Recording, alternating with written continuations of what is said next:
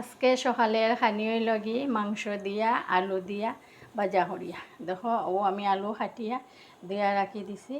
এইদিকে দেখো গরম গরম ভাত আর আলুয়া মাংসের বাজা আজকে খানি ভাতর এদিকে আমি আলাদা আলাদা করি মাংস বাজা করবো আলু বাজা করবো।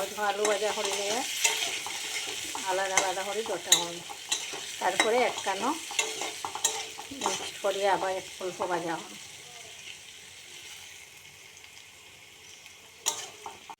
আমার আলু ভাজা হয়ে গেছে, এখন নামাই নেই।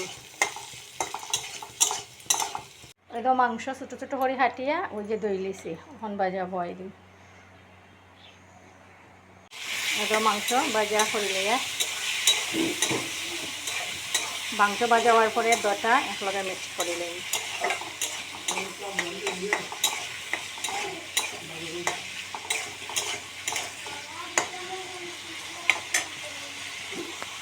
ওই দেখো আমার মাংস ভাজা হয়ে গেছে, আলু আর মাংস মিক্স করে নিয়ে আর এরপরে অল্প গুঁড়া মরিচ দিব, অল্প গুঁড়া মরিচ,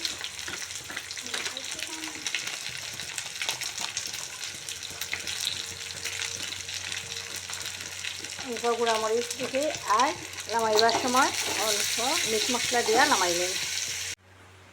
ওই যে আমার মাংস ভাজা হয়ে গেছে, দেখো কীরকম হয়েছে।